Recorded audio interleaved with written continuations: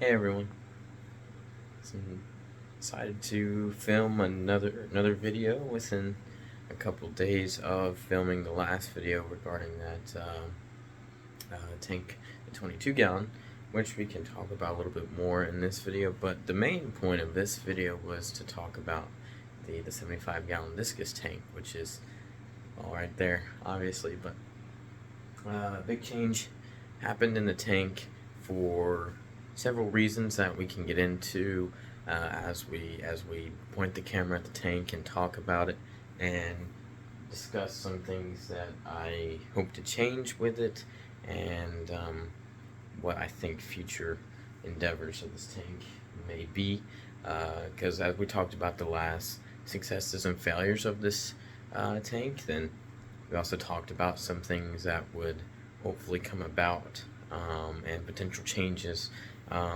along with that. So I do also want to talk a little bit more about that 22 gallon, which will be a more in-depth video, another one on that one coming up very soon, because it's already always, like, every day it's changing and it's such a fun tank to work with. But yeah, let's go ahead and get going on with the 75 gallon.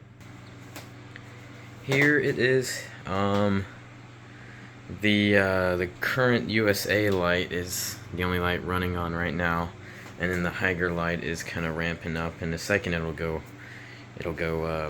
to its max brightness. But this is what this iteration looks like now.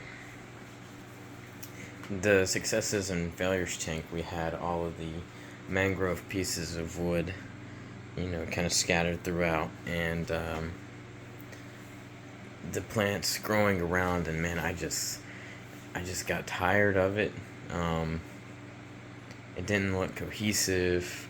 I wasn't getting any good behavior out of the fish. Like, they enjoyed it, it seemed, but they about enjoy anything really. And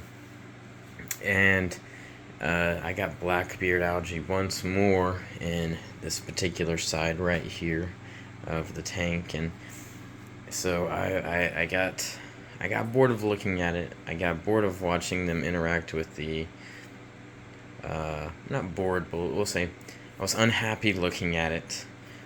It was never really what I wanted, and I kept it that way for too long, and it just got to a point where I let it, I let it grow in and see if I like it, but I didn't.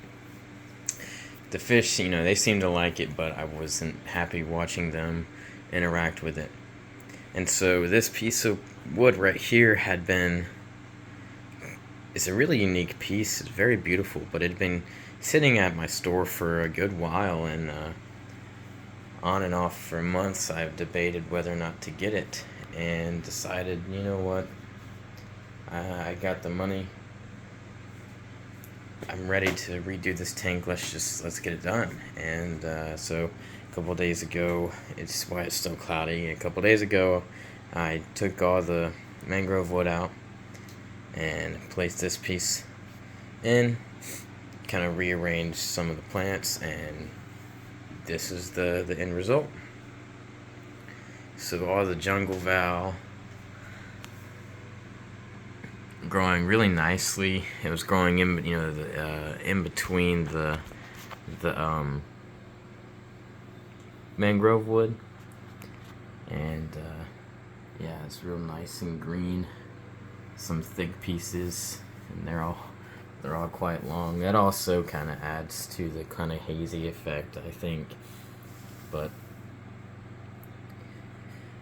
here's some blackbeard algae remnants. It's kind of gray. You can kind of see on camera. It's gray from I put it in hydrogen peroxide mix, and so hopefully it'll die off and not spread to the other things.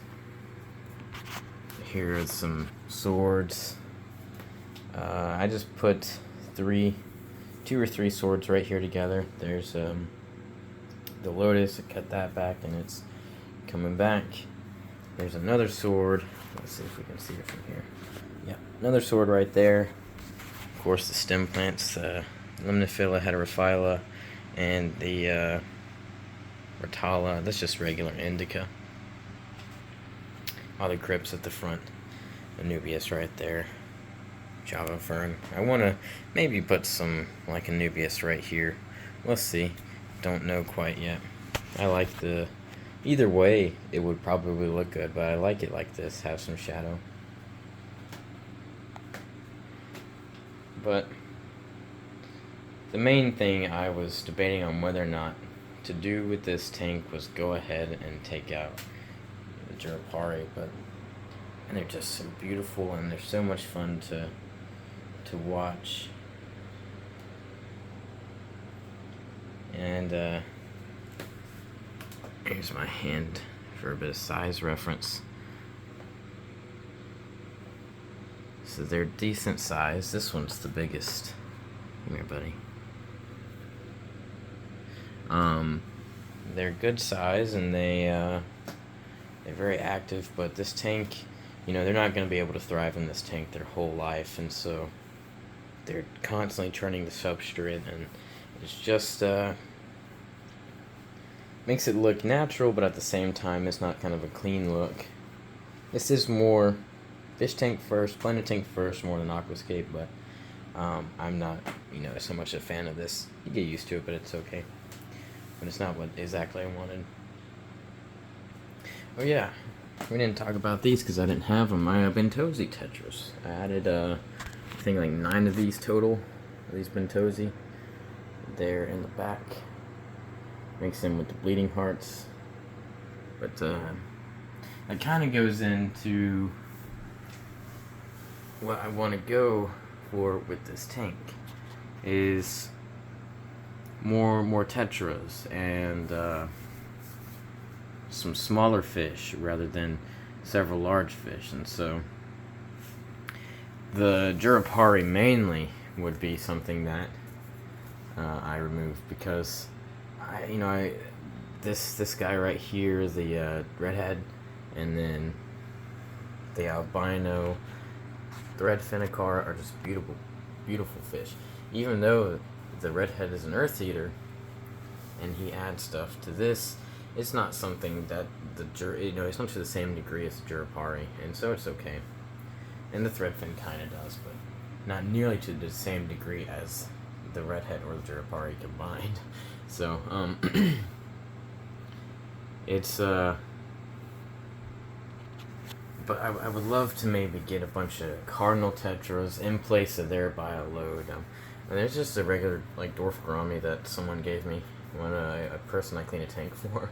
But I would love to get like 20 or 30 cardinal tetras and some different kinds of gory cats, like Melani or Métis.